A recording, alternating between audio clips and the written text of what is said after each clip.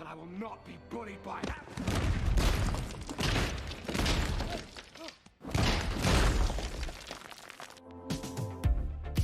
Welcome to Screen Crush, I'm Ryan Airy. Loki is about to star in his own Disney Plus show. The character's been causing mischief in the MCU for 10 years, which is crazy when you think about how much our lives have changed since then. In case you need a refresher or would just like a trip down memory lane, here's everything that you need to know before watching Loki. So, long time ago, way out in deep space, there was a race of super attractive aliens who lived on a planet called Asgard. Well, not really a planet, more like a city that floats in space. That thing does not obey the laws of physics at all. Asgardians are very strong and live for thousands of years, so over the years as they travel to Earth, the humans mistake them for gods. This is how the ancient Norwegians developed their Norse mythology. These Asgardians are able to travel to other planets with a teleportation device they call the Bifrost. Asgard's king, Odin, uses this device to brutally subjugate 8 other planets, which he calls realms. To help him with this conquest, he hires the dwarves of Nidavellir to forge a powerful hammer called Mjolnir. Mjolnir? What's Mjolnir? Then he gives this hammer to his oldest daughter, Hela, and Hela loves killing. She frickin' loves it. She's got a little bit too much of her dad in her. In fact, Hela is so bloodthirsty that she makes Odin reconsider his warmongering ways and decides to make peace with the other 8 realms. Hela doesn't like this and she leads a rebellion against her dad. She slaughters the Asgardian warriors called the Valkyries, and Odin eventually manages to imprison her somewhere. Over time, people forgot about Hela and how much of a bastard that Odin used to be, as he leads Asgard into a new era of peace. Then, about 1500 years ago, the Earth was invaded by aliens called frost giants from planet Jotunheim. They attempted to freeze the Earth with a magic box called the Cask of Winters, but Odin and an army of superpowered aliens stopped them. In the process, Odin lost an eye, but gained wisdom. He discovered that the real frost giants are the friends we make along the way. Afterwards, the Norwegians worshipped Odin and the other Asgardians as gods. The king of the frost giants, Loki, was ashamed of his son because he was born very small. All dwarves are bastards in their father's eyes. Loki puts his infant son on a rock to die, where he was found by Odin. Odin's all like, hey, free baby! But then he also has an idea. If he raises Loki's son to be a prince of Asgard, then maybe this could be a way to forge a lasting peace between these two kingdoms. So he names this child Loki and raises him alongside his oldest son, Thor. But he decides to not tell him that he's really a shrimpy frost giant. Now, Thor is totally a Gryffindor. He's brave, a little dense, and loves to smashy stuff. I'll hunt the monsters down and slay them all. Whereas Loki is a little more bookish and clever. He's more of a Ravenclaw. That's right, Loki is a Ravenclaw and not a Slytherin, and I'll go to the mat on that. Loki doesn't really fit in with the Asgardian bro squad, so his mother, Frigga, looks after him and teaches him how to perform tricks. That's not my trick, Michael. It's my illusion. So, on Earth, humans worship Thor as the god of thunder. I still don't think you're the god of thunder. But you ought to be. While Loki is known as a trickster god, Thor is given Mjolnir and is extolled as the heir of Asgard, while Loki is treated like this. Nerd! Odin decides to coronate Thor as Asgard's new king, so he can retire, I guess? Or maybe do his sleepy thing that we'll talk about later. Do you swear to cast aside all selfish ambition and to pledge yourself only to the good of the realm? I swear! But Thor's Norse mitzvah is ruined when the frost giants sneak into Asgard and try to retake the Cask of Winters.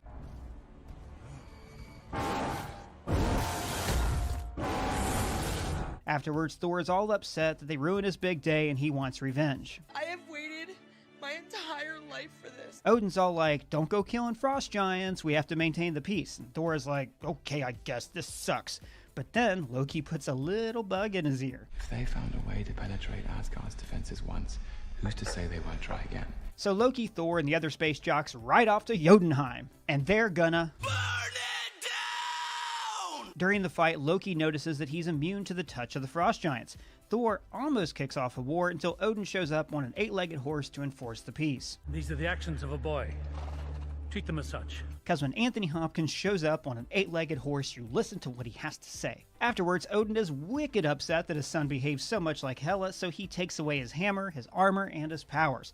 But he leaves him a teensy loophole to regain his stuff. Whosoever holds this hammer, if he be worthy, shall possess the power of Thor. It's like if your mom threw out all your toys because you didn't clean your room, but then she whispered to the toys, hey, if he's worthy, then he can have all his toys back. Afterwards, Loki confronts Odin about his true heritage, and we get to watch these two English actors go to work for a living. Tell me! Loki yells so hard that Odin slips into the Odin sleep. And no, this isn't like when your uncle fakes a heart attack to keep you from winning an argument at Thanksgiving.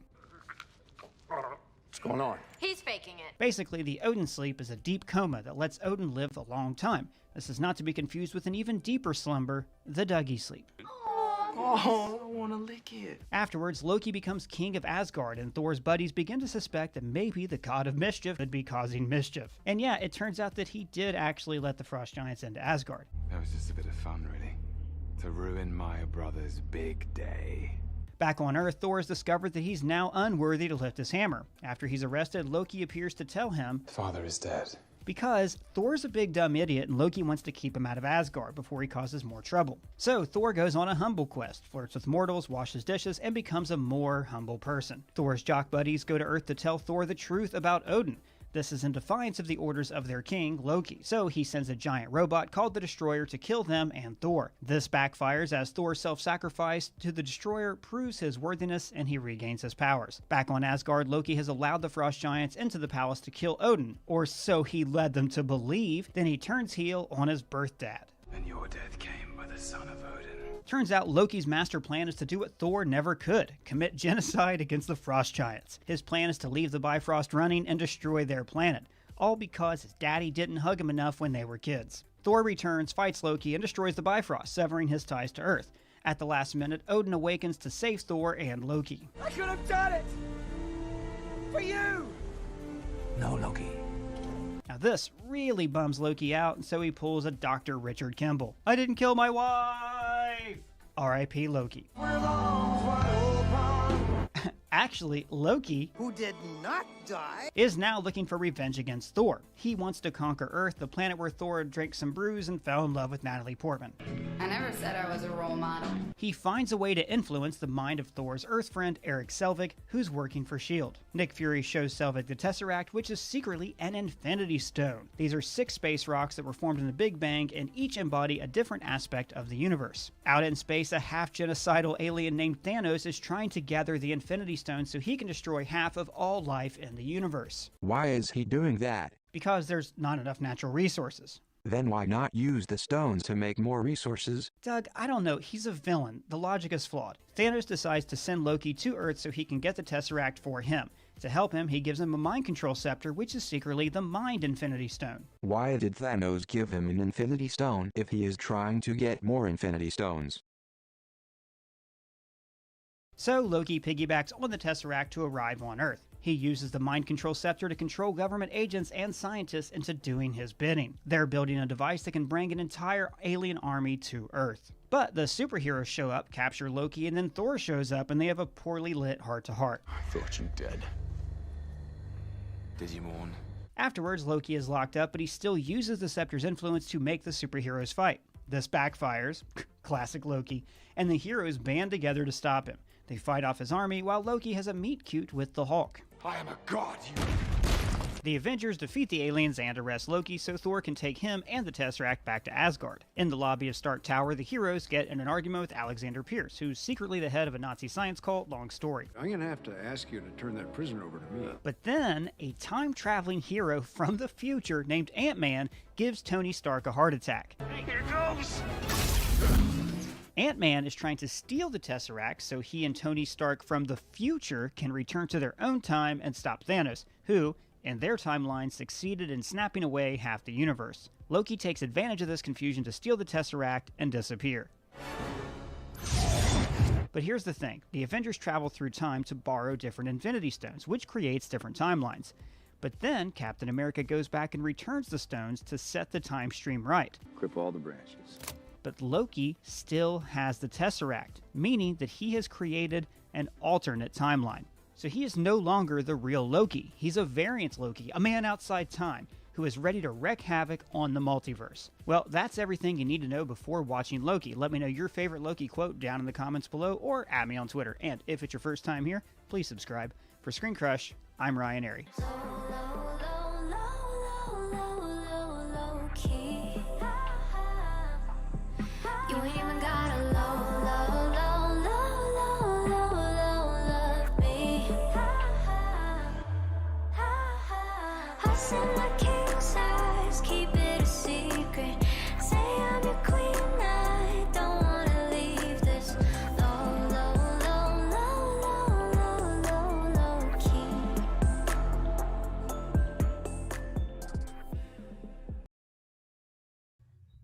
And we are live with another episode of the Loki Aftershow, specifically episode 5. That's the episode that we all watched, and now we're about to talk about it. I'm your host, Dimitri Pereira, and we also got co-host Paul Lau. Hey, what's up? It's Paul's too cool. It's my final episode. It is your final episode. Yeah, you're getting pruned. You're getting pruned after this. Yep. It's poor planning. Yeah. Yeah. Little known fact, Paul got a job at TRL with Carson Daly. He's going to be co-hosting TRL back in the late 90s. And so he won't be here for the final Loki Aftershow episode. He's moving on up. Yep, you know me, Carson Daly, and no, I'm visiting family before I have to get a real ID from the government so I can fly. But yeah, I haven't seen him in like a couple of years, and I'll be in North Carolina for 2 weeks. That's cool. That's cool. It just happened to fall. Right. I mean, it would be cool to be like, yeah, sorry, Paul's leaving this after show to go like get a job on like MTV or something. That'd be cool. Bigger and better things. It'd be a cool thing. I'd be proud of you. I'd be jealous, but I'd be proud of you. I'd be like, damn, Paul. I wouldn't be like I hate Paul now, but more. Hello. Oh, okay. There we go. Yeah. There we go. Oh, I Mars accidentally bars. muted Yeah. myself. Anyway, let's forget about Paul for now. Let's introduce our guest. Our guest for the episode. Paul's the co-host for the whole season, other than next week. But for one time and one time only, we got Lex from Wednesday Pull List, the Wednesday Pull List podcast. Lex, how you doing today? I am doing great. Thanks for having me. Yeah, no problem, man. I like the background. I like all three of our backgrounds. I should point out all of them. Lex and I have, for the podcast people out there who are listening to the podcast, Lex and I both have, comic-inspired Lokis, mix of different Lokis as our background. And then Paul has the Thanos copter, Lego. made out of Legos. Yeah. So that's what we got the background. If you are watching this, you're watching this on one of 4 streaming platforms if you're watching it live. Yes, we got Facebook, we got YouTube, we got Twitch, but our main platform is volume.com. It's a new streaming platform based around performers and musicians and singers and niche geek podcasts, so on and so forth. So that's where we are. Volume.com/The Keeg Show is where you could watch us live whenever we go live. And it's super fun. But we also, I'm also finally up to date loading all our podcasts up on everything. And now we're up to date. So we're going to release this as a podcast as well. Lex, you know what a podcast is like. A little bit, yeah. Better than me. Yeah. How's the Wednesday pull list going? It's going really well. Better than it has been all of last year. COVID was a weird year, just in general. Yeah. Me and my co-host, our work schedule kind of changed since we were both working from home, and it was just sort of hard to mesh those two worlds together. So now that things are going back to normal, we're seeing some good growth, which is really good. That's awesome. We'll definitely talk about more about the podcast at the end. But for anyone who's just tuning in for the first 5 minutes, go check out the Wednesday Pull List podcast, wherever you guys get your podcasts. I want to do some shout outs to, the usual suspects that we got. We're kind of fostering a late night community out there. Our chat is being drawn from volume.com. So anyone out there that's elsewhere, you might want to hop over to volume.com/The Keeg Show. Let's see. We got Matt Morey, who says he's crashing. So hopefully he doesn't leave, too soon. But we got Superbeard out there. We got Vagabondage out there. Mars Bars says, didn't Mars Bars say something? Mars Bars said she's from North Carolina. I didn't know you were from North Carolina, Mary. I did not know. But okay, cool. And then there's Lexi M884. Welcome back. Vagabondage. I see you out there. And then Paul and Lex are in the chat as well. And Miss Marauder. Miss Marauder is out there as well. So welcome, everybody. Let's get to talking about the show. Lex, because you are the guest, and we change our guests every episode. What have you thought about the Loki series so far, leading into this episode? Like, how's it been? Okay, so I've been enjoying it. It's pretty easy to see where Marvel has put a lot of their Disney Plus budget. I can tell that from the first few episodes. Some people, it's pretty divided with a lot of people in the sort of comic book community. They either like WandaVision or they like Falcon and Winter Soldier. I like them both. And this is following suit. I've enjoyed every episode so far. Do you feel like if there's two camps, one from WandaVision, one from Falcon and Winter Soldier, is this firmly in the everybody loves this one? Because it's been hitting the most amount of views, I think, the most amount of streams this series. The naysayers, I've seen a lot less of that than I have with either of the other shows. So yeah. And I think Loki was more of an he's getting more established in the show, but he was sort of more established in as a figure in the MCU, so that might help. Yeah, definitely. And people are just still getting used to the whole Marvel TV thing, right? Yeah. Like we're two whole series in, and now it's Loki. But also, like, it's a more what's Paul laughing about? No, it's Netflix is like, nope, no Netflix Marvel, and then Agents of S.H.I.E.L.D. just like, you've also been pruned. Oh shit. I mean, essentially, but yeah. Yeah, there we go. And so what did you think of what did you think would happen in this episode, Lex? Like, before you even watch this, what were your thoughts?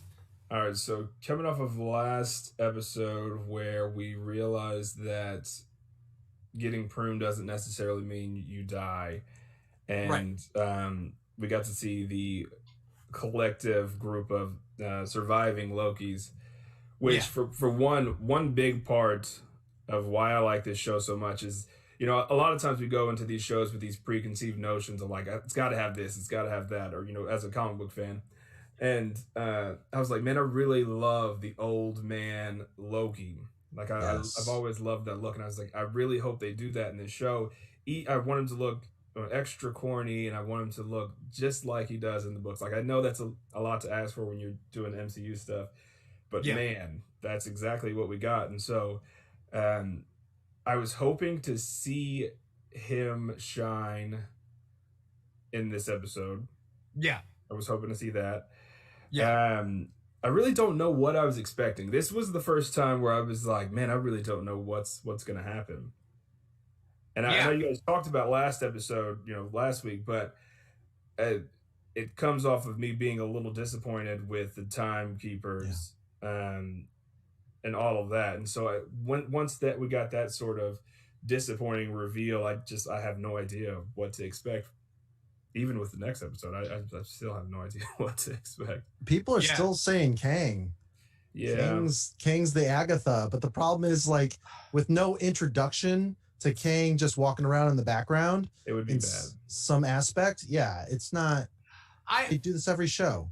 Yeah. I'm gonna disagree. So even like, not taking this episode into account, like going into this episode, like I've always said, or at least for pretty much the entirety of this show, knowing that it was TVA, I'm like, Kang could appear. I don't think there's anything weird about him appearing. We know that he's going to be in Quantumania. We know he's been cast. Like, he could do a 5-second cameo. But now that I think about it, if we are looking for a big bad, and if there was a big bad behind everything, what's stopping Kang from having a 20-minute like scene of Kang in the throne room, just chilling? Loki pops up, Kang talks to him about all this, and then Loki's like, well, guess what? I have a reset charge. Fuck you. And then he pieces out, and then Kang, like, he doesn't die, but he just gets away, and then, like, he does Quantumania shit.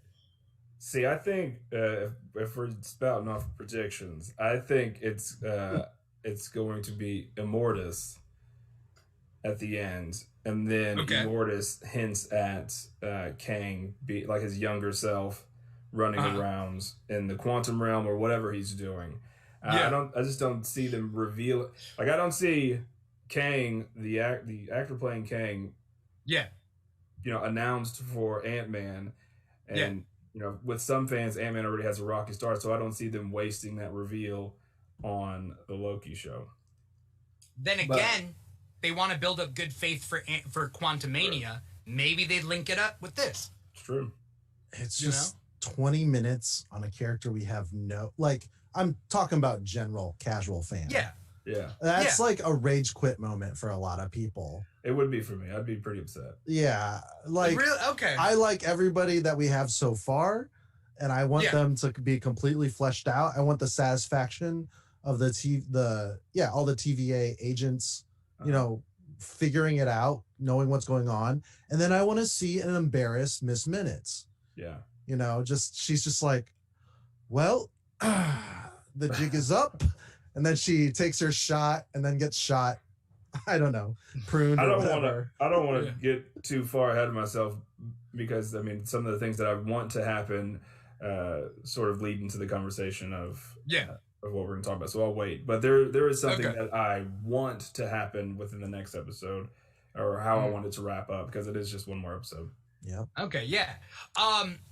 Before we get to, let's see, we will get to some of these comments in a little bit. I'm going to have to weed through some of these, and we'll get back to them. Anyway, the episode, obviously, it starts off with Loki meeting the different variants, right? There's who said it last time? Classic Loki, Kid Loki, Boastful Loki? Mm-hmm. Maybe that Alligator was Vagabondage, Loki. And then there was Alligator Loki. There's four Lokis, right? Yeah. And we see them talking. We see them introduce Elliot. What's his name? What's the smoke cloud? Alith, something like that. Alith. Yeah. Alith. Sounded like Goliath. I'm glad they put that character in there too. It's a super obscure character. Yeah, I had to look him up. Like, what the fuck is this shit? And where has he appeared before? It was in way early 90s. It was, and I only remember this because I loved the cover. It was in Avengers Operation something, Terminatrix or something like that. And I just remember the cover. It had like this half cyborg lady in the back, and it had, the Marvel Trinity, except it was U.S. Agent, Thunderstrike, and War Machine on the cover. Okay. And that was, I think it might be his first appearance. That was the first time I've ever seen him, so he might be way older than that. Wow. Those guys are, one of those guys is dead. Yeah. Or two of those guys have been dead. I don't know what War Machine is like now. I just remember. Is Thunderstrike dead? War Machine's alive. I believe so. Yeah. Yeah, because his son has the hammer. I remember that. Yeah, I'm not a big fan of Avengers before Disassembled. Yeah. Like, Disassembled and New Avengers kind of brought me into Avengers. Yeah. Like, I was not a fan. Acquired taste, yeah. Yeah. Old Avengers, like, what do I care about Korvac? Yeah. Korvac? That's his name, right? Michael Korvac? What do I care about Michael Korvac? Like, I don't know. That's just me personally. I am a comic book fan, y'all, but oh god, like Avengers did not interest me back in the day. No, Justice League, Teen Titans, X-Men, Avengers wasn't my thing. So there's some wild things that happened. They were geared towards teenagers, and they were the sexier romantic stuffs. Whereas Avengers? No. Like X-Men, Teen Titans, like they were young adult, and then Avengers was going through like a lot of roster changes. A lot. And trying to figure out like what kind of stories they wanted to tell. Yeah, it's not the same as the JLA where it's like, all right, we got our JLA, everything is good and popular, and our most popular characters in it. It was like, let's make a West Coast Avengers so we can have Clint Barton be the strongest person on the squad. I like 2000s onwards Avengers, where they finally figured out like where they wanted to be. As Paul, you want to take it from here as far as chronological? What happens next after Eliath or whatever? Well, that's like the beginning, kind of the beginning of the episode. Yeah. There are so many Easter eggs, by the way. Did you guys notice? Jeez, beautiful. I rewound. Okay, so obviously Thanos copter, right? Well, that's why I was a few minutes behind you guys, because I was like rewinding every little thing. And I'm like halfway through when I rewound, I was like, I gotta stop because I'm gonna be like 15 minutes late to this thing. Yeah. I like to watch it all the way through, but yeah, it is I might have to pause to reflect on what I just saw. Yeah. For sure. So I saw the Avengers Tower. Oh, okay. But it didn't say Avengers on the side. It said I thought it said Quinn on the side. And then let's see. I don't know. Do you guys see Frog Thor? Well, of course. It did the Simpsons thing. Yeah, that's where I stopped and rewound because I've been hoping he was in it. It's Mjolnir, full-size Mjolnir, and then Frog. Yeah. Okay. I feel so bad for him. He's stuck in a jar. Yeah. I feel super bad for him. I don't want him to die. Like that Easter egg, like kind of like Howard the Duck in Guardians. Like, he needs to Throg needs to go off. Throg, right? That's his name. Yeah, Throg. Yeah. He needs to get out of there. He's such a cool character too, man. I feel like I would be sad if that's the only time we ever see him in a Marvel property. Yeah. Miss Marauder out there says, I rewound it twice, but I thought it was just a tiny Thor. I think it's specifically Frog, because he was jumping around like a frog in a jar. Yeah, definitely.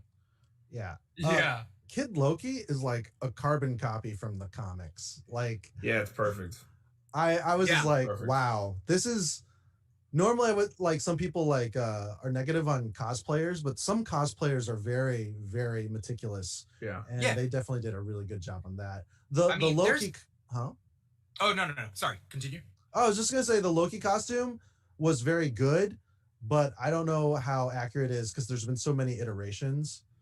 Whereas, like the old man Loki. Yeah, the old man Loki. Yeah. I just liked it because it looked extra corny, and he's like classic old school. Like I imagine like Avengers 1 Loki is the vibe I got from it. I'd like to think his timeline was the cheesy timeline as the original Infinity War. Yeah. That'd be so But good. it wasn't. I mean, according to him, or at least what we learn, we learn more stories about these Lokis as it goes on. So like classic Loki, as I would call him, old man Loki, classic Loki, he says that essentially his timeline's just the same, except he took the coward's way out. Yeah. He didn't stand up for Thor. He didn't buy him time to get out of there. He just created an illusion, and the way he says it is so cowardly. Like he just pretends to be inanimate debris. Yeah.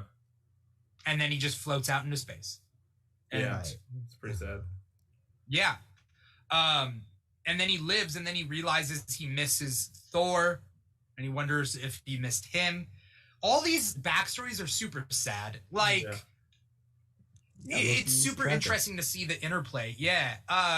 Miss Marauder says when Kid Thor says, when he says that he killed Thor, no, Kid Loki, when Kid Loki says he killed Thor, Miss Marauder was like, "Yes, you did, baby boy." Like, Mars Bar says she saw a Kree spaceship. Yeah, there's a lot. There was a helicarrier. I saw a helicarrier in the background. I love those chickens or whatever they were with no heads. Just a glow. Oh yeah, So they're weird, weird. like peacocks, but with like spheres. Yeah, and no tail. And then Sylvie, when she, self prunes herself, she wakes up in a nest of those things' eggs. Yeah. I can only assume since we don't see any other creatures outside of that. Yeah. That's super weird. That must mean like one of them wasn't meant to be. Like they're probably a genetic experiment and they got pruned. Yeah. Well, also You know? too, Mobius ends up there, so it's not just for Loki's. Right. It's just that only Lokis survive. Yeah. That's the thing. Yeah. It's so hard to survive there. Lokis have the edge. It kind of The reminds me of advantage. Moria McTaggart's like mutant power of, oh, I just get to be reincarnated and remember everything from the past lives. So Yeah. it's like my Deus Ex Machina is my superpower. I'm Pretty Batman. much. Yeah. Yeah. Yeah. We glossed over the What we glossed over? The Thanos copter, like we mentioned it, but when Yeah. I first saw that, oh my gosh, man. Yeah. I was I smiling from laughed ear to out ear. loud. Yeah, I audibly laughed. I And was that's smiling from rare. ear to ear. It was Yeah. perfect, in my Yeah. opinion. Perfect cameo. There was something else next to it, like a Like a rocket missile. of some sort Yeah. or missile. Yeah. I couldn't tell what that is, but at that point, they went down the thing, and then you see Mjolnir, and I was like, "Oh, crazy Mjolnir!" And then I saw a jar, and I'm like, Yeah. "Huh?" Yeah. Well, because it took me a while, because I thought the jar was a hole in the dirt that you see the characters from far away. Yeah, same. I thought they you know what I mean? Like I Yeah. thought it was just like glimpsing them going down the tube, but it was. And so then I had to rewind it, and I'm like, I rewound it like 4 times, and I was like, what is going on? Yep. You know. But yes, Superbeard says Renslayer explains that all pruned people and timelines go to the void. I agree. Yeah. All like they cannot destroy the matter. The matter ends up there. But then Eliath destroys the matter, right? Yeah, like that's pretty much how just doing Eliath. Yeah. I wish Sylvie enchanted Renslayer. Like she had enough time to try. Yeah, there's got to be something up with it. There's way more to Renslayer, which is weird that we only have one more episode. To me, right. Huge like mystery that they're hanging over us. Yeah. It could be an alternate, a variant Renslayer. Yeah, it's Maybe probably not this something, one. It's probably something like that. I just like the idea that gods are kind of being anti-dogma towards the TVA, which the TVA is, you know, obviously cult-like, religious. Yeah. It's great. Yeah. Belligerent Pacifist says, and I see you there, Priscilla, Frog Thor T365. I wonder if the number means anything, because there was a label on the jar. Again, I need Throg. I need him now. Yeah. Like he's Same. been introduced, like he has to pop up somewhere. Come on, man. Same. Guardians of the Galaxy. How cool would it be for him to join the Guardians of the Galaxy? That'd I'm be just cool. saying.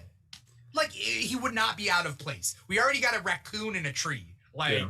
come on. That'd be cool. I'm hoping he's in the next Thor movie. I mean, they talk about how wild it's gonna be, so Yeah. it'd be cool. Yeah. Yeah. Superbeard says Renslayer is just as much in the dark of who is actually behind the curtain. Do we think that after like everything? Do we feel like Renslayer is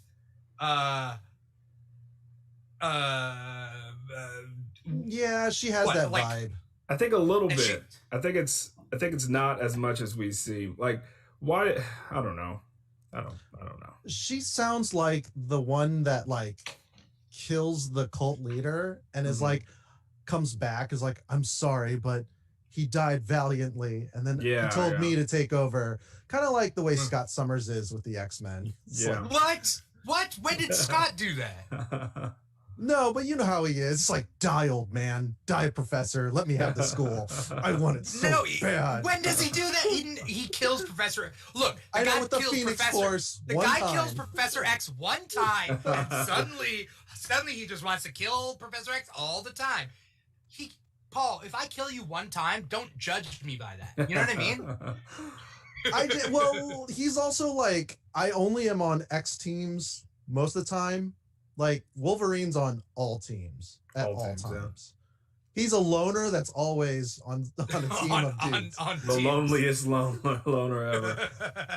Yeah. Yeah, for it's like for a guy who's unemployed, he sure has a lot of jobs. You know? I'm an introvert that hangs out at bars and dances and Well, that's sleeps what around. he's doing. He's couch surfing. He has no actual home. He just goes to his team bases and sleeps. Yeah. Yeah. Is there more to Miss Minutes than meets the eye? Vagabondage says Miss Minutes is worried that Renslayer is about to catch on to something. She was giving her the side eye. Is that true? Does Miss Minutes, or is Miss Minutes just an extension of Renslayer? As an AI is. Oh. You know, as far as an AI is. I mean, the fact that she didn't have to like enter any passwords or wink at Miss Minutes, it seems like a protocol, like the AI is savvy. Mm-hmm. Though nowadays we do have Snapchat filters that can almost mimic Miss Minutes. You know. Yeah. I was gonna say anime. Yeah, go on. Yeah, without talking about where this, because I still want to. There's a lot to talk about with this episode. Miss Marauder says that she's worried about the finale. She feels that both WandaVision and Falcon and Winter Soldier both kind of botched a rushed finale, and there's so much left to do with Loki. Without getting into too much, do we feel like the finale will wrap things up? Will be enough? I don't think. Will they botch it? I don't know if they'll botch it necessarily, but I think it'll be a huge cliffhanger. Because even going into this, like they made it very clear that this show specifically is going to have repercussions in movies and other TV shows. So I think I think it's a big reason why we haven't got a Spider-Man No Way Home trailer yet. I think it ties into all of that, and so I feel like it's just going to be like a stepping stone. It's going to be a huge cliffhanger, but yeah. We have some stuff coming up pretty soon. Yeah. Bringing it back to the episode, we know Kid Loki's his nexus point was killing Thor. Mm-hmm. We know classic Loki, he exiles himself to an island after being a coward, or technically an island, but like a planet, while being a coward, and then he tries to get off planet and they catch him right when he leaves. And he brings up how futile just being a Loki is. Like, all they are is what did he call them? Outcasts. Yeah. Outcasts. Yeah. Outcasts. And so it sucks. The whole TVA thing sucks, especially for villains that are trying to reform. And they mention it in the show. Kid Loki mentions it. Like, when they try to reform, then they get pruned. Great. What an existence. They just have to be that cog in the machine where they're creating chaos and they're bad. And they can never change. Yeah, and that sucks. Well, main character Loki, I mean, this is kind of something he needs. You know, right? He's getting the whole entire Christmas Carol. He sees his like demise. He sees, he gets free intervention by Mobius, and right before he jumps and fights Eliath with Sylvie, he like gives him a hug.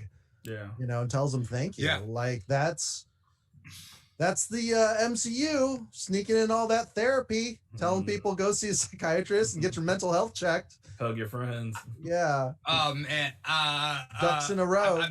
I'm trying not to rush too much to the end because there are certain types of scenes that like either make me cry or almost make me cry. There's specific things in movies that I will get to. I'll get to that. Sure. I just want to talk about the Loki fight scene. Awesome. Freaking backstabbing on backstabbing, back to back backstabbing. Yeah. Well, before that, the reveal of him making the heroic decision to save the day. He was going to go kill Elias. The speech. And the speech. And they laughed at him, and I just thought it was the best thing ever. I was, again, smiling from ear to ear. Yeah. Yeah. Was that speech very Thor-like? Probably. Did that ring a Asgardian? Yeah. To me, it seemed very Thor-like. Yeah. And like, I don't know if you guys get this way, but like, okay, for example, I'm just throwing this out there, and it's not Loki related, but it has to do with the whole thing. Leonardo, Michelangelo, Donatello, Raphael, right? Like each of us tend to like be like, okay, we're this person. But then we get put into a new situation and then we realize like I don't know, with the Loki Aftershow, maybe I'm a Leonardo, right? I just have to be. I got to keep the show running, right? But like in a lot of situations, it's like I'm Michelangelo. Like I'd rather just like let loose as Michelangelo, right? And then sometimes I'm a Donatello, right? Yeah, it's the four humors. Yeah. Right. It's Seinfeld. It's Fantastic Four. Yeah. It's always the big, strong brute with the heart of gold. The focus. Well, yes and no. Intellect. I mean, there are variations, obviously. Right. You can play off of it, but it's like anger, you know, whatever. Anyway, Sure. whatever. The four humors, and that's honestly why I think the Marvel Netflix shows Defenders weren't good, is because they didn't stick to the four humors. Everybody was a kung fu guy except or super strong. Anyway, yeah. My point being is that like when this Loki is with the other Lokis who are evil, you start to see or selfish, let's just say, you start to see that like our default Loki, our main Loki, isn't as selfish as them, right? And we see him turn into Thor essentially. Yeah, he's gotten a lot of character development in 5 episodes. I will say, right. Yeah, boastful Thor though is the most Thor, the first Thor movie. Thor. Yeah. What's his backstory? He kills Captain America, he kills Iron Man, and then what? And then the alligator calls him a liar. And then the alligator goes and bites him in the hand. But he's the most Thor-like, so he throws him to the ground. Yeah. Which is a lovely foreshadowing Chekhov's gun. of President Loki, who comes in. That reveal was great too. Like when he opens up the hatch and then it's Yeah. Oh my gosh. Just the imagery of that, they hit the nail on the head. Yeah. Right. The best is boastful Loki betrays the other Lokis, but then President Loki betrays boastful Loki, and then President Loki's minions betray President Loki. Which I realized like halfway through the fight that those were all Lokis as well. Were they though? Like they had a guy that had like a football helmet on with with handlebars. Yeah. It was all of them. If you look closely, there was like a big one that was covered with a shroud. He had Loki's crown on. Yeah, So there I was guess a they ninja Loki. Somebody mentioned Ninja Loki. Who mentioned that? Somebody in the comments. There's Ninja Loki, but here's the thing, and I'm not against them being Lokis, or were they just people that are part of this President Loki cult? Like that's the way I viewed it, because they were shabbily put together. Yeah. They were mimicking the horns with like a bicycle's handlebars. You know what I mean? Well, but there was like they didn't have their own costumes. There was a few that had the golden crown though. Yeah. Like the big guy that was there was a big one that was completely covered. His face was completely covered, but all you saw was the golden short crown. Yeah. There was an Atomic Age. I'm using the DC equivalent, where he kind of felt very like steampunkish, where he had like green lightning laser, and it felt more like a science-y Loki. Did you catch that? I didn't catch that. Yeah. Huh. So he had like a white helmet or something, but it looked like a colander with a bunch of antenna, like janky. Some people are saying it's a Captain Hook reference. Ares says he's Captain Hook Loki now. And then Vagabondage says the Captain Hook reference made her laugh so hard. Tom Hiddleston voices Captain Hook in the Tinkerbell franchise. Oh. And because the alligator Loki jumps on him and he bites his hand. And then I thought he killed alligator Loki because he threw him. I thought he like broke it, but turns out he broke his hand off in the mouth. So and Wait. threw it, and he's like, ah! Dimitri, that alligator Loki is still Asgardian, and Asgardians are very, very durable. Right. But he's also a small alligator, right? Comparatively speaking. I'm just saying. I'm kidding. Yeah, anyway, the point being is that's so funny. I laughed at that part. And just like I'm such a sucker for slapstick. Like my dad and I grew up on that because of my dad, and just like slapstick fights, heads going through like popcorn machines or whatever that was. Yeah. It was like Three Stooges. It was like a big Three Stooges scene. Oh yeah, and Kid Loki's throne. It's candy canes. It's like a. Is it? Yeah, it's. He was drinking a high C too. Yeah, Ecto Cooler. High C juice box. Yeah. It's all discontinued though, so it has to be some discontinued drink. Right, it's a variant. Yeah. Yeah.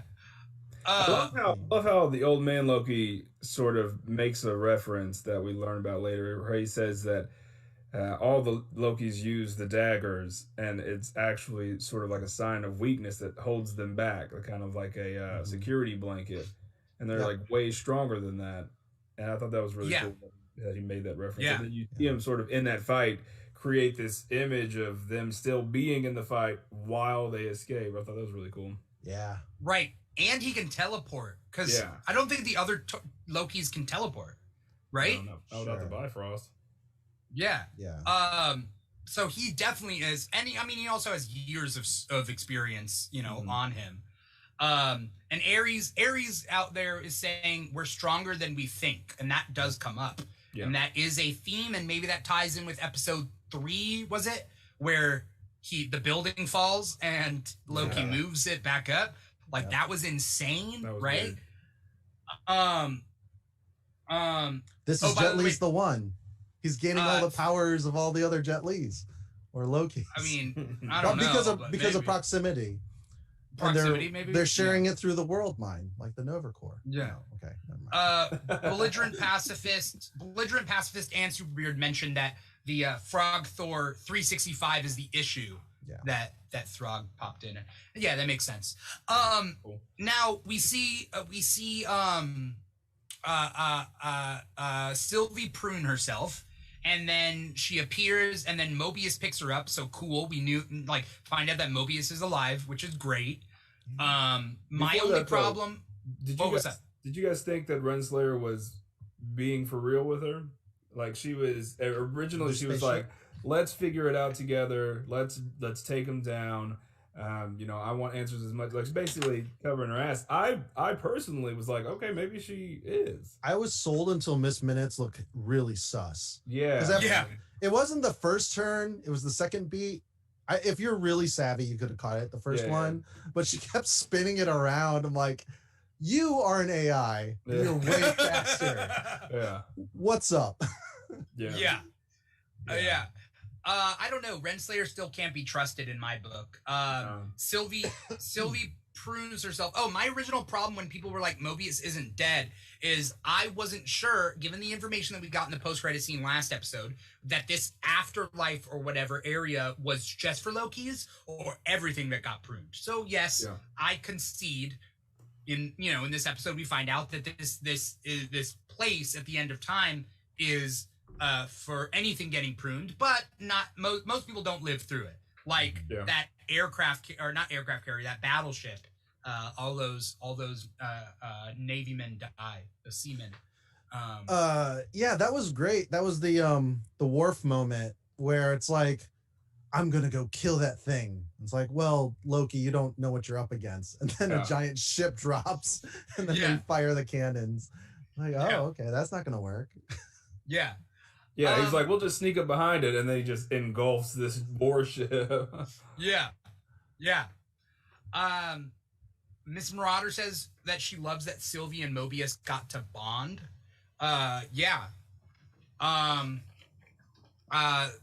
They finally got like a scene together, and they realized that they're not too different, I guess. They're both like, they've both done some bad things, and they're trying to make up for it, maybe. I think he's just a fan of Loki's. I just think he is. Even though he's skeptical of them and he has his opinions on them, I think he's just a fan of Loki's. Is he like Hydra Bob is to Deadpool? It seems like him. I mean, it's just, he's a detective, and Loki is like, a great case study and challenging. Yeah. And he sees the potential in him. He just, he didn't have to do all that. No, not even a little bit. So. Right.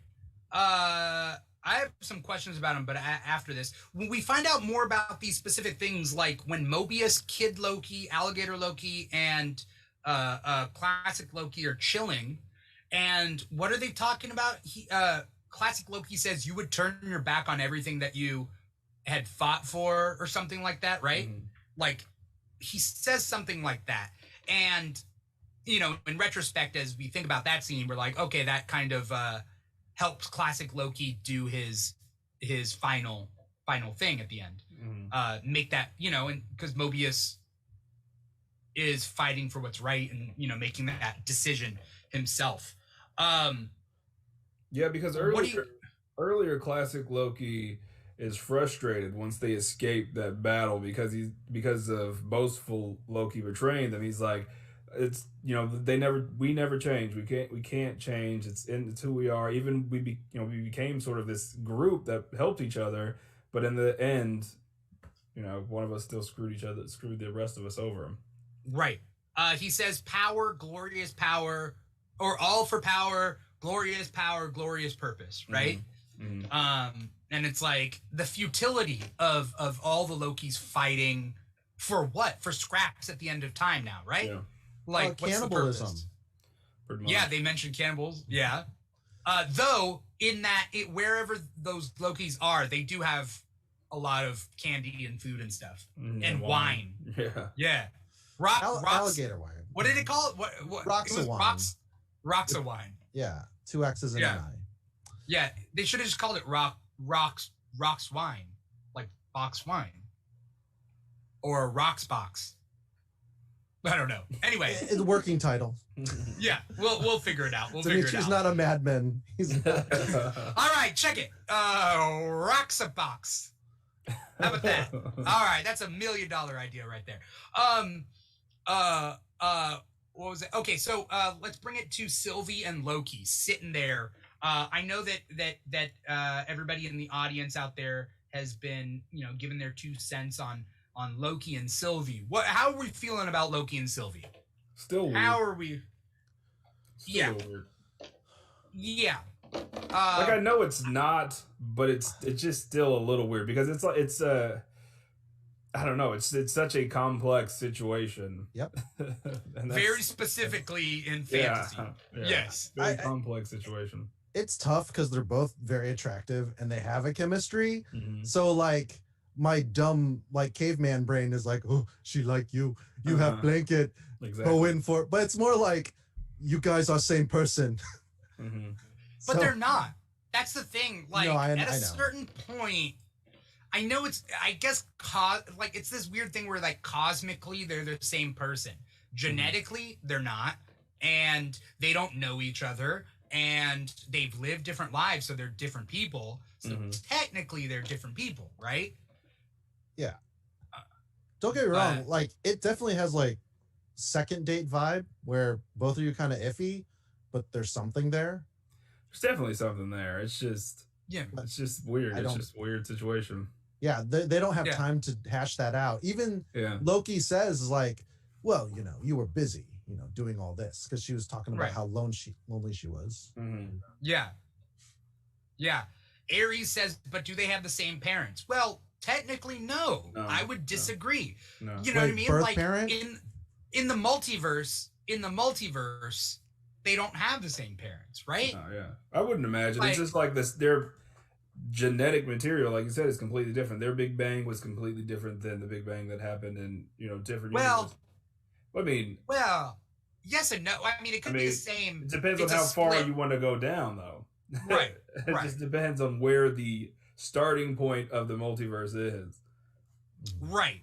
Because there's different types of fictional multiverse, and I want to do some TikTok videos on it, but like because in like the DC comics after Infinite Crisis, like where there's 52 worlds, they're different, and like it's not branching timelines of a multiverse.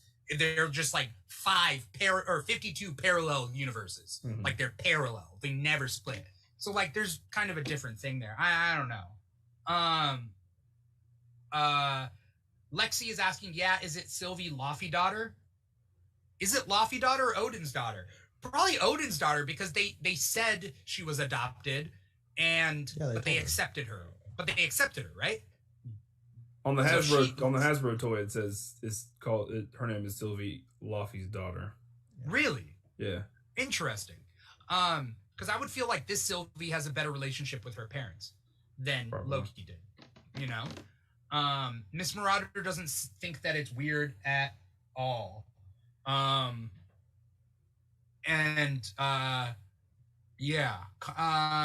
Conjuring the blanket to hold both of them was just so smooth, is what Miss Marauder says. Lexi says, I'm glad it was more platonic this episode. I mean, at a certain point, they got to do something, right? Are they ever going to kiss? Do we think they were ever going to kiss? So you just had me on Asgardian gender norms, but then I'm like Valkyrie, Lady Sif. Like it's kind of all over that. You can kind of do whatever if you want. You can do whatever, yeah. So yeah. By the way, was there Ride of the Valkyries? Yeah. Did that song kind of pop up in what scene? When classic or old man Loki was raising, and then it didn't. Well, it was reminiscent, I think, right? It was its own. It was an homage. Yeah, the stings were there. Yeah. One thing Sylvie said whenever they were sitting there really stuck out to me, and I hope, in my opinion, what I want to happen. She says, "How do I know you're not going to betray me at the end of all of this?" And he does his speech about like how he's not going to and how he's changed. Personally, I hope he does. I don't know. I hope he does. You want Loki to betray Sylvie? Yeah, I hope he, at the end of it, does what he has to do to be on top.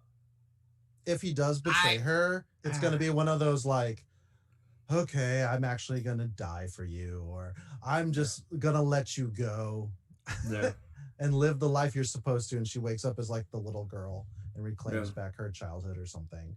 One of those like nice bow on tops. Yeah, I can see that. I can see him doing that.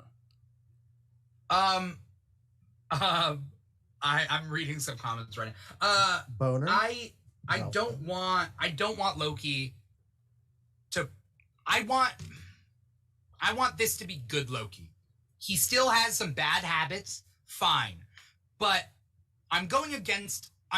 You heard it here first. I'm going against what I've been saying for the past couple episodes.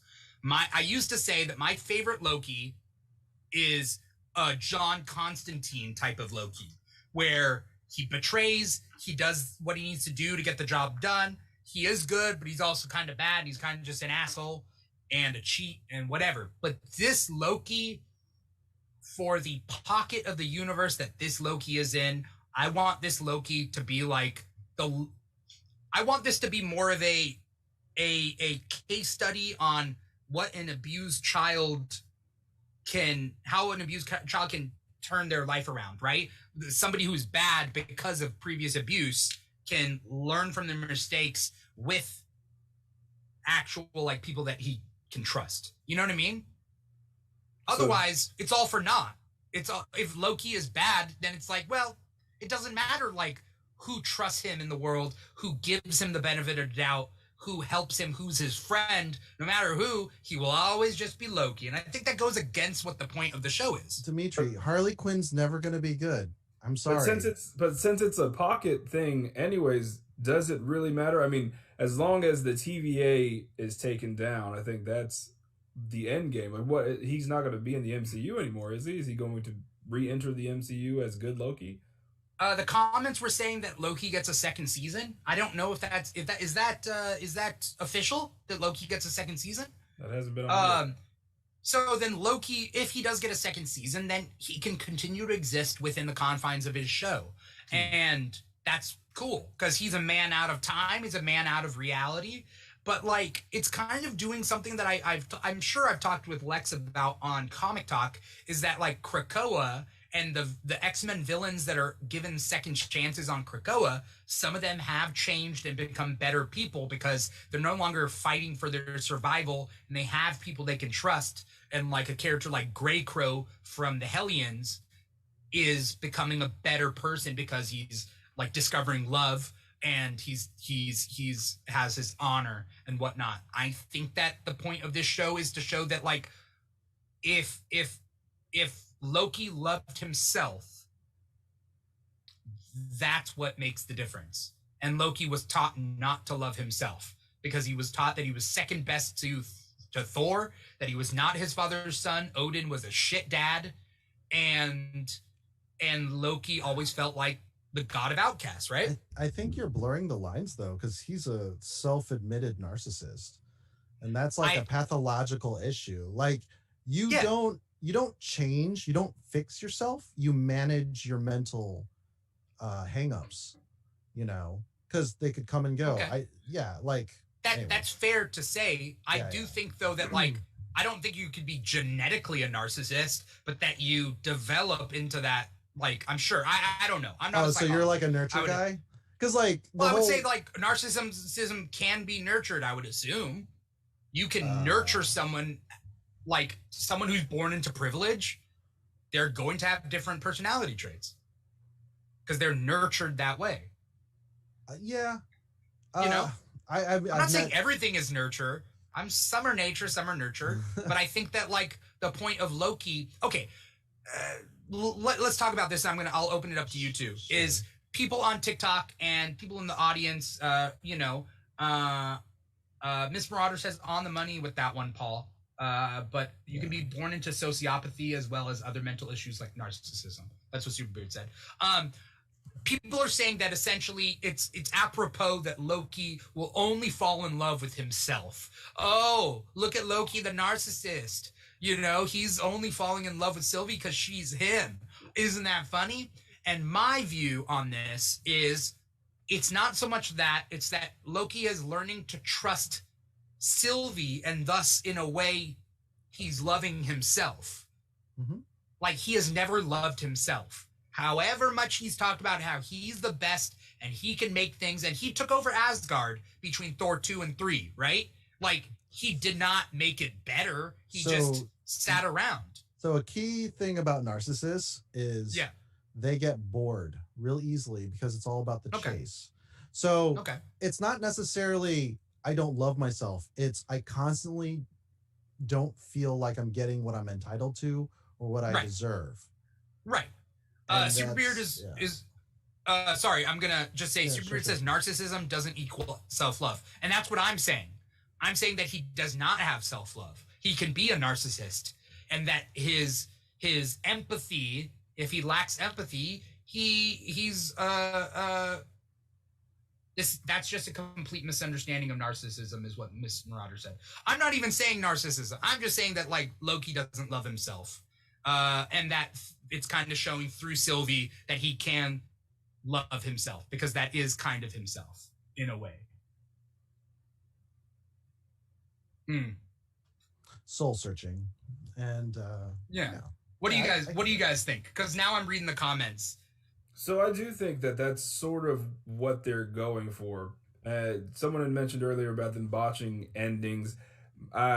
Marvel tries to do these big sort of deep thought things, and they a lot of times miss the mark, and I feel like they might miss the mark on this, because I just don't know if the payoff is going to be that heavy with this one more episode.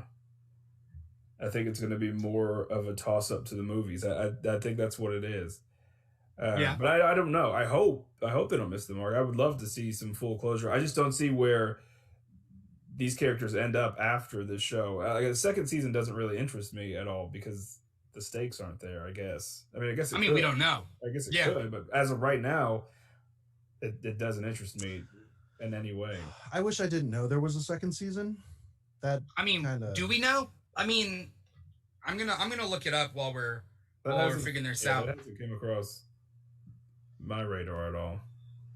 Because you're right. Like, this being the shortest out of the 3 shows that we got from Disney, we definitely have like the characters themselves. Like, will the TVA survive under the same, I don't know, like people, or will Miss Minutes, Loki, and Mobius have fun time traveling adventures? You know, but will they give us the big reveal, and will that matter? I don't know. I say there's too many threads to be wrapped up in 40 more minutes. 50 more minutes. There's so many multiple threads that need to be wrapped up if we're going full closure. But if we're going to second season, I don't know. To me, the second season doesn't seem interesting. B-15, like, we've barely seen her. B-15, right? That's her name? We barely saw her. She was in that prison room, and that's it. Like, I don't know. She needs to do more. Superbeard says inverse.com posted that Loki has a season 2. I was trying to find something more set in stone. So it won't be a huge cliffhanger, which depends on the second season. We'll have a typical MCU room for more to explore. Yeah, I mean, I have no doubt they'll do a season 2. I know they're planning on doing a season 2. I don't know whether it's officially been said, but I wouldn't doubt that they would do a season 2, especially for a character like Loki. Falcon, Winter Soldier, Wanda, Vision can appear in further Avengers movies, further Marvel movies, but I don't think Loki needs to. I think Loki is better off just being in these TV shows, you know? Yeah. Yeah, I definitely don't want to see him go back into the whole world of Thor and just do the same thing. I don't. Yeah. I definitely do that. Thor's growing past Asgard. They're both growing past, you know, where they've been. Yeah. Superbeard says they're already hiring crew for the second season. Yeah, I mean, I wouldn't be surprised. I can't look up that article right now, but I'll trust you on that, Superbeard. Like, what's left for Thor's story? Because it's always been about, you know, I mean, they're in doing. yourself. Yeah. It's Thor. It's Lady Thor. It's not Lady Thor, but you know who I'm talking about. Natalie Portman, Jane Foster, Thor. It's Valkyrie. Hopefully Throg. I want my Throg, man. All right. I think I'm just gonna do a Throg love post. You know. Belligerent Pacifist says, "Who's to say that Sylvie won't be the one who betrays Loki?" Yeah. I mean, I've thought like about that too. Yeah. I could buy that, then at least, but then I don't know how I feel about that. It doesn't fit her MO because her entire life has not been about, you know, it's about revenge, essentially. Taking down the TVA that robbed her of her many, I would say at least a millennia, right? Yeah, like, she was a kid, yeah. So Asgardians, you know, to get to her age would have to be like 800, 900 years old. Yeah, yeah. So, yeah. As Guardians of the Galaxy, so Miss Marauder said.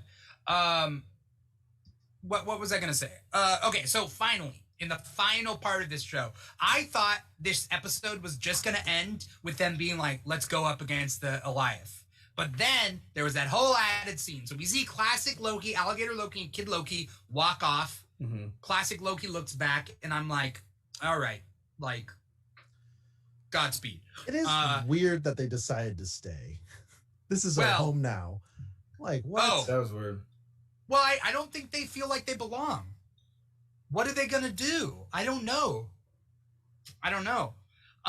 Also, classic Loki throughout the episode got the full arc. Like, with everything he was saying, he was like, why are we always doing the same thing? Right? He did, and I feel like Kid Loki, I wanted more out of that character. Yeah. Because of I think we'll get it. Yeah, the potential is significantly in that character. And I thought that they were going to highlight a lot more of him, and sort of this show was going to be a segue into bringing Kid Loki into the MCU. Didn't get that in this episode, so maybe in the next episode, the last episode. I think there's something fishy about Kid Loki, and I think that Kid Loki is classic post-credit potential. Yeah. He could be the one who betrays people. Like, you know, like we don't know, but we do see classic Loki, and it got me. Classic Loki, they need the distraction. Classic Loki brings up Asgard, the projection. Goliath tries to eat it like a, I don't know. Like a dumb dog. Whatever. It was like a dumb guard dog, yeah. Yeah, it was kind of like a dumb guard dog. Yeah. And then he buys them time, and then he dies. I do like that Loki tried to be the first distraction, to be the I'm glad he failed. I'm glad that they haven't made him just like this ultimate badass. I'm glad he slips a lot in the show. Yeah, he gets egg on his face. Like when he tried to turn into the husband of that lady. That was great. On Lamentis. Yeah. How's that for diplomacy? Yeah. But the old Loki ended up being inspiring because Sylvie told Loki, "It's like, you can enchant."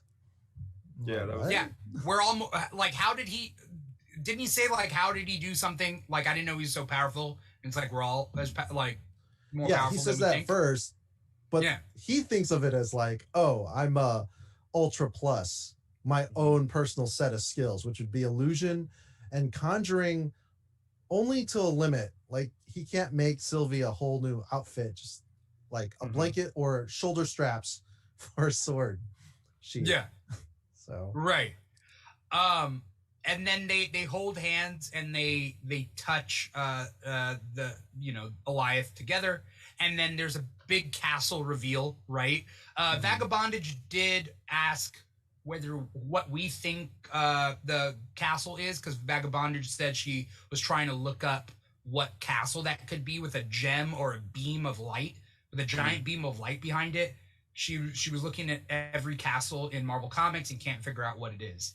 Nice. I have not gotten to that level yet. What level? Of like digging deep in the research right after the show. Yeah. Yeah. I would definitely gonna do that tomorrow, but yeah. Before that though, before Loki, old man Loki got dusted, I thought that alligator Loki was gonna be just pop up as like a giant alligator and like nosedive into. I just thought there was gonna be more from the other two. There has to be a reason why they didn't. Yeah, because then they'd be living alone. They don't even have classic Loki with them. I think Kid Loki's gonna do something. Yeah, he has to. That'd be a huge waste. And well, they didn't give him much though, like screen time or lines. Yeah. So. I don't know. Maybe we're just supposed to forget about him until maybe a great after credits where just a bunch of Lokis pour into the TVA and they all put on their brown suits, or they all get, I don't know. I'd watch that show. Yeah. You want a classic like Loki? Yeah, I'd watch that show. Loki? I'm sorry. Loki? It just reminds me of like a million or 1,000 chimps trying to make Macbeth, like with typewriters. Yeah. Superbeard says, I think the red lines that the TVA don't want Nexus events to reach are the multiverse, and if that a Nexus event breaches the red line, it's becoming a connecting branch that allows travel between multiverses. Yeah, I mean, I don't know. It's anyone's game right now. Yeah. Whether the multiverse has always existed, whether it's being pruned and will exist past this series. Here's the one question that I had, though. Mobius always had the temp pad with him?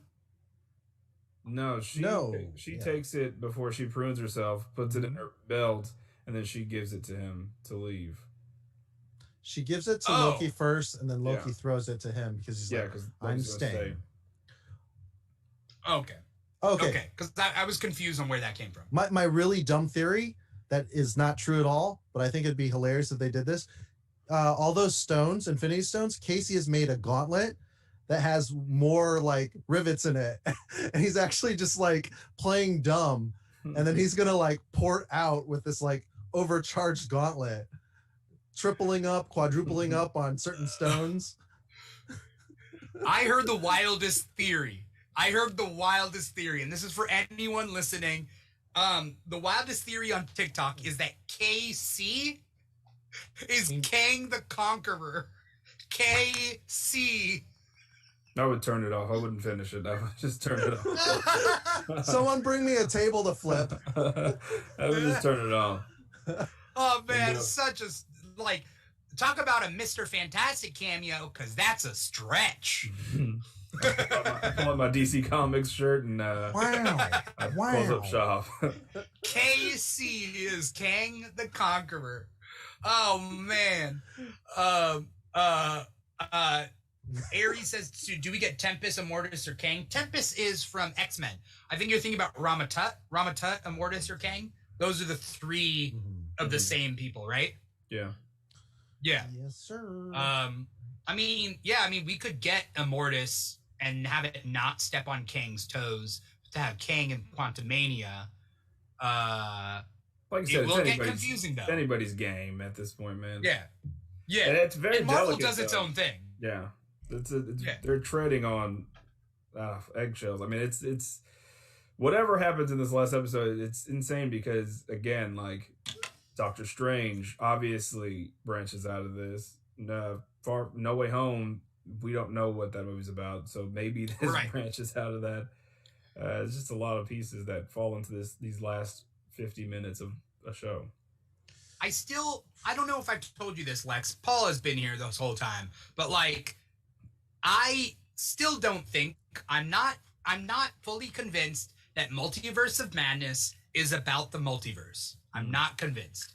I think that it's the same multiverse that was mentioned in Doctor Strange 1, where it's just these like dimensions of like reality, right? It's not like robot Benedict Cumberbatch and Nazi Benedict Cumberbatch and like merman Benedict Cumberbatch like all teaming up like in Loki. Like I think Multiverse of Madness has to do with like the dream, like the dream dimension or nightmare or like. Didn't they cast Tom Cruise things as Iron Man in Doctor Strange Multiverse of Madness? What? Did they not? Not that I know of. That sounds like Super pure beard? conjecture. Can we get a second on that? That sounds like something Soups would say. Oh. No, because that's like legitimate. Soups would be like, something's red, Mephisto.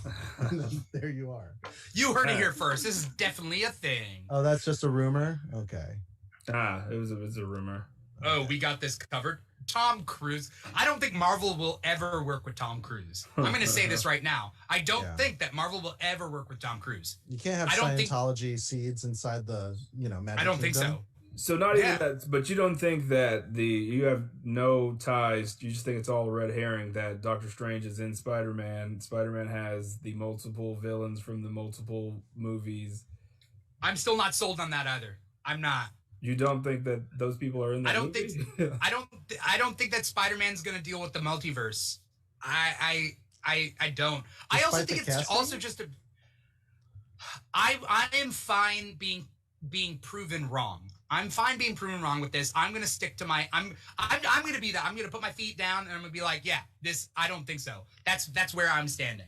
That being said, like for example, when they first announced that Jamie Foxx was playing Electro, I was like, okay, that's cool. It's gonna be this universe's version of Electro, and that's what they were getting at. Just like J.K. Simmons is Jonah Jameson in both timelines, both universes, right? But then they started like there was like it's hard to discern what's actually rumor and like what's actually been officially stated because then they were like Tobey Maguire and Andrew Garfield are coming back and then I'm like I don't know whether anyone's actually proven that.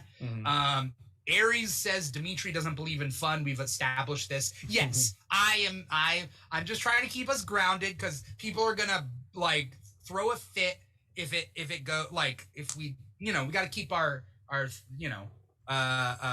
whatever's down. But then they mentioned like Alfred Molina coming back, and I don't know whether there's been an actual official source that said that, as opposed to everybody kind of sourcing each other in a weird way. I don't know.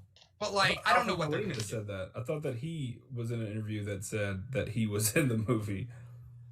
I mean, it's possible. It's possible. I'm just like, who knows? Because Marvel could be throwing us some crazy shit. At the Black Widow premiere, they asked him about what what Molina said, and he was just like, I usually don't talk. Some people like to talk when they're on the microphone. He didn't want to give up any secrets, but he acknowledged Molina. We're long due for a Sinister Six. Yeah. To be seen on I don't want a Sinister... Okay, first things first, I don't want a multiverse right now. And second thing, like, it's too early. In a third Spider-Man movie, why do we need a multiverse in the third Spider-Man movie? There's so many... Like, we could have had this whole movie, No Way Home, be Spider-Man on the run from law enforcement, from like on the run. He can't even be Peter Parker. Craven the Hunter comes after him. You know what I mean? Like we don't need to go. Why do we need to like go so wild? You know? Like why do we need to go so wild with the multiverse? Like it does. Like Kevin Feige knows how to do things, and the only reason I could see the multiverse sifting into this Spider-Man is that Sony is like with the success of Into the Spider-Verse. That's their one push. They're like, Feige gets all the decision making, but we need the multiverse in this. Maybe, or they're trying to pull Tom Holland out of there and figure a way to have Spider-Man without technically having Spider-Man or something weird like that. Right. Right. If they say there's a multiverse, then like Sony can have their own Spider-Man universe, while still, I don't know. But the point being is that like I know, like I have faith that Feige isn't gonna throw in everything in the kitchen sink, everything but the kitchen sink. Anyway, whatever the point being, I don't know. It's not gonna be like major. No, I don't think so either. It's just cameos. And whatever it is, maybe they'll open up this is the way at the very most I can see this going is that Doctor Strange is like, there is a multiverse, Peter, there is a multiverse, see all the possibilities, and then there's like Tobey Maguire doing his dance and like whatever, and then he closes it and that's it. Boom, cameo. Everybody gets what they want. Yeah. But yes, I hate fun. I'm sorry. Yeah. I'm trying to keep expectations low, I think. After Mephisto, Multiverse, Mutants. That's the 3 M's that everybody's always talking about. And I don't know. Spider-Man Homecoming is probably the most Spider-Man centric of the Spider-Man we have so far from Disney. Because the second one was just like crying over Tony Stark. I mean, we got Happy Hogan in there. Yeah. We got like memorials and stuff. And then Peter with the, the suit, and then not having it. Like, I don't know. I know a lot of people like Far From Home, but it's okay. It's not great. I like them because I feel like they're building towards something good. But if they're building towards a multiverse, I'm gonna flip a table. Okay. I'll enjoy it. I'll watch it, and I know I will enjoy it. But that's just not the direction I would go. Sure. But I'm not. I don't have the reins, and that's fine too.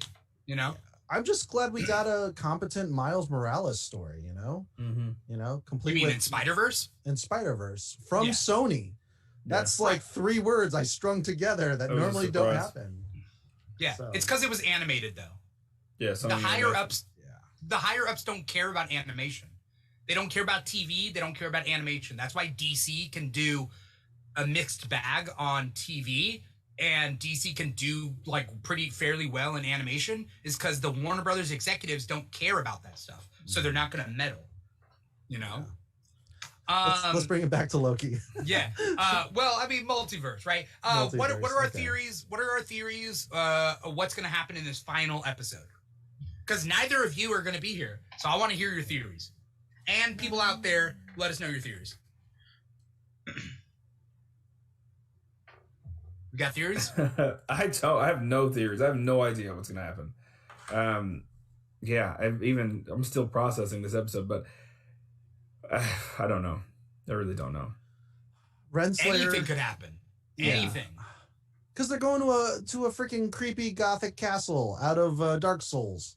Yeah. At the end of time. Yeah. Yeah. Inside the end of time, or whatever what is the Eliath? Eliath. Sorry. He's pretty much exactly how they explained it. He's just like a temporal storm. Oh, okay. Yeah, they pretty much nailed that character or that monster. Oh, okay. Because I remember the devil's asshole from Guardians, or not Guardians, Thor Ragnarok. Yeah, so I thought they might have been like, oh, it's also a wormhole thing, hence the portal abilities. Yeah, that's what I thought they were going to say at first too, but it was legitimately just guarding the. It's a dragon, a literal dragon, guarding the castle, and now we're going to meet the chief, and the chief tends to like not be that powerful. It's like a king on chessboard. Yeah. Vagabondage was saying, could it be Camelot or something like the Otherworld, or something like that? And now that I'm thinking about it, there is a castle guarded by a dragon, right? Like, could it, like, I mean, that seems like Kang. It seems like Kang, personally, I think. But it could be any, I mean. Wait, is that Kang's lair in the 33rd century or whatever? I mean, Kang has a bunch of like weird, like he has Chronopolis, right? Like, I don't know. That's what people thought this place was Chronopolis. Yeah, because there was a Sphinx somewhere, which is his battle vehicle. His battle Sphinx or whatever. Yeah, yeah. So funny. Kang's wild. Kang's wild. Yeah, it always comes back to Egyptians being the origins of everything. Yeah. Apocalypse, the first mutant, and then Rama Tut has its links to the Sphinx. The links to Sphinx. Well, Merlin was what started the Captain Britain Corps in the original What If. That's what Vagabondage said. Miss Marauder says Dmitry of Kang doesn't get mentioned in the finale. You owe us all $1. Mm-hmm. $1 worth of amps in whatever. So that's a lot of I love yous and kiss blowing. Yeah. That's the only way we can redeem those credits. Kaizi TV just popped into one of our chats. Kaizi says, I have one theory in particular, Castle Limbo. What's Castle Limbo? Just like the castle is limbo? There's like a limbo of time?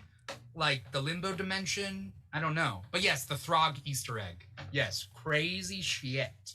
I hope it's Latveria. I hope it's Doctor Doom, and I hope that he's behind it. That's wild. I hope he's behind it all. No, but okay. Marvel, that's the thing about like Marvel, like the MCU can do whatever they want. Yeah.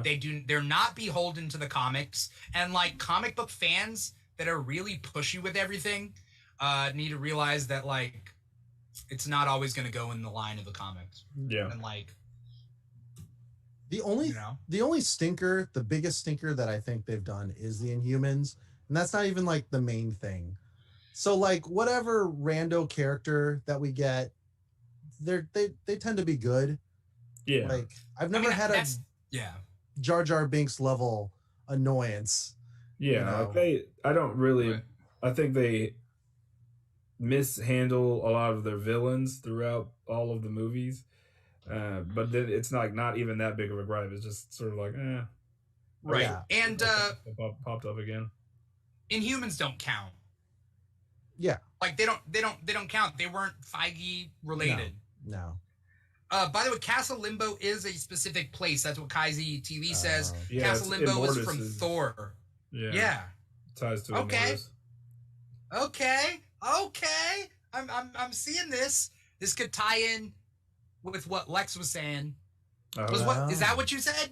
With Immortus? I think Immortus is going to be the guy behind it. I really don't know. Just if I had to pull a guess out of a hat, that's what I would imagine. It's one of those splash pages where it's like young Loki versus Iron Lad, Immortus versus Old Man. That'd be cool. Yeah. And it's like side by side. Everybody in the comments is like Mobius on a jet ski. That's what we need. I would like to see Mobius on.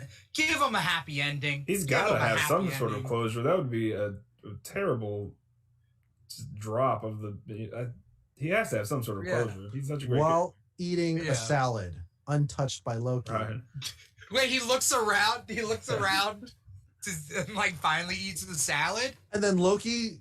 And he's like on that like dock, and then Loki like sprays him with a jet ski. I think it's going to be something to do with Ravonna. So they don't have their memories. So I feel like the key is in her memories somehow. Ooh. I mean, we had her flashback tell us the story of Sylvie's origin. Well, it's TVA. So I feel like that there's a chunk of the story that's in Ravonna's memories that I feel like that's going to be a big part of the last episode. Yeah. Maybe the opening or something.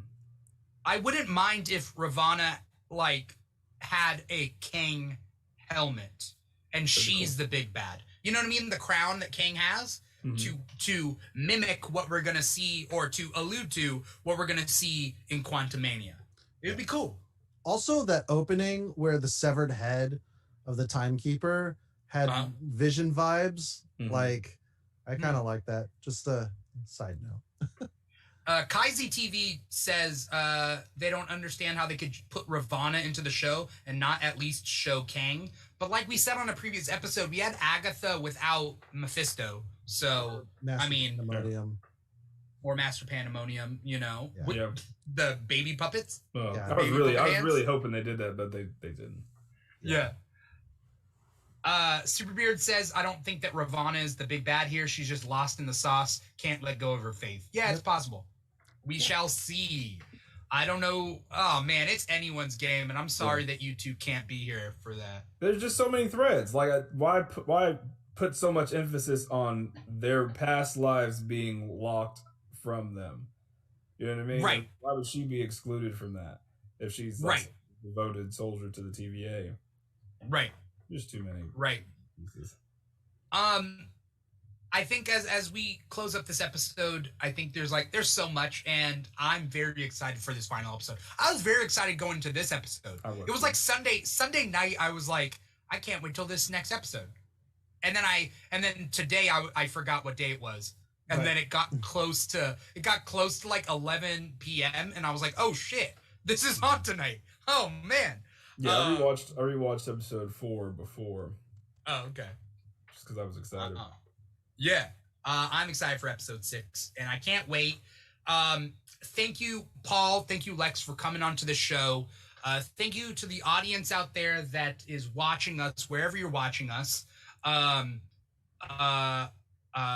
Kaizy TV out there says that, nothing in episode 6 is probably has been in the trailers, so it could be anything. So it's anyone's guess. Thank you to anyone watching this out there on the multiple platforms that we are streaming to, because we are streaming to multiple platforms, Facebook, YouTube, Twitch, and our #1 platform, volume.com. Kaizy out there, Belligerent Pacifist out there, if you're able to go over to volume.com/The Keeg Show, give us a follow there. That'd be greatly appreciated. But wherever you are, give us a follow, give us a like, give us a comment, give us a thumbs up, a wink and a kiss, whatever you want to do. We greatly appreciate it. That's if you're watching this as a live stream show. But this show will also be as a podcast on Apple Podcasts, Spotify, Google Play, SoundCloud. We're on all of that. So wherever you're listening to us, wherever you're watching it, we will be everywhere for whatever sort of consumption. Before we get going, Lex, do you got any plugs that you wanted to plug? Anything that you want to say? I know you got stuff coming up. Let us know what your social media is out loud as well for anyone watching this as a podcast. Yeah, so you can just go to our website and poke around there. We have all kinds of reviews and different articles, and our podcast is on that website. So WednesdayPull.com. And all our socials are at Wednesday Pull everywhere. So if you're on social media, like most people, then hit us up. I talked a lot on Twitter about nerd stuff. I get into a lot of debates. You're pretty active on Twitter, huh? It's my favorite, yeah. Is it? It's the Wild Wild West. You gotta have thick skin to deal with those nerds on Twitter, and I love it. Man, Twitter, it's such a beast. I can't. I focus on my Instagram and I focus on TikTok, and that's my focuses. But I would love to expand to the Wild West, manifest destiny, baby. But I can't. Just don't be got any horses. Just go as horses. Moon Knight or something, and then just chat as a ketamine, Khonshu battling. What are we? I don't. I understand the reference, but I don't get how it all fits. But thank you. I don't. You don't have to be yourself. Don the mask, Dimitri. Okay. Be Keegman or something. Yeah, Keegman. That's our attorney. Oh, yeah. For the Keeg. Keegman, attorney at law. Yeah. Keegman and Keegman, attorney at law. Thank you, Lex, so much for coming on the show. I'm glad that we were able to get you in on episode 5, and damn, it was a good episode. It was a good one. Yeah. Paul, I know it's your last episode as far as co-hosting because you got to meet Carson Daly at the TRL building, at the MTV building for TRL. I can't believe we're bringing back Next. My favorite dating show. I would be so afraid of going on Next. I know I would walk off that bus and they'd be like, Next, and I'd be like, this is what I get. This is what I get. My mom says I'm handsome, but nobody else does. Paul, what's your social media? Final farewells, plugs, doing all that sort of thing. Monday we should have another Bad Batch recap. We shoot the shit where we don't really stress over Slave 1 being called Boba Fett's ship on a Lego box. Okay. No spoilers. I'm a couple episodes behind on Bad Batch. Oh no. I know that. Yeah. I Okay. And know that. yeah, if you're in the North Carolina area and you recognize me, I'm on vacation. So no autograph. Unless you're Paul's type, and then hit Yes. Paul up. Oh, positive. And then I'm Michael Morbius. All right, but yeah, everybody be safe. It's getting hot. There's hurricanes, floods, famine. Take your shots. You know what I mean. Yeah. Birds aren't real. Okay. Yeah. Thank you guys so much for coming on the show. Thank you to the audience out there that devotes a bit of their time to this show. We're fostering a late night community here, and I'm sad that episode 6 will be the last one before we figure out when Hawkeye will come in, because that's the next series. We won't have an after show until Hawkeye. Well, we might have an after show for like Star Wars, like live action stuff. So we'll see how that goes. Thank you to everybody out there. Lexi M884, Matt Maury, Mars Bars, Vagabonded, Superbeard, Miss Marauder, Kaizi TV out there, Aries, Belligerent Pacifist, everybody out there. Thank you guys so much for your constant support and awesome comments. And just being cool ass people. Follow us on TikTok at The Keeg Show. Follow us on Instagram at The Keeg Show. Look up our podcast. We posted up some of our old episodes from this season 2 of The Keeg Live. We have our episodes of the Loki Aftershow on there. So find us on Apple Podcasts, Spotify, SoundCloud, all that good stuff, Google Play. And stay tuned for another episode of Loki Aftershow, the final episode next week. Same Keeg time, same Keeg channel. Thank you yet again for watching it, for being on the show. I'm your host, Dimitri Pereira, and that was also your co-host, Paul Lau. Slow clap as he for his final episode of Loki After Show. Thank you, everybody. Forget about me. All right. Peace out, everybody. This has been the Loki After Show. I will see everybody next week. Take care.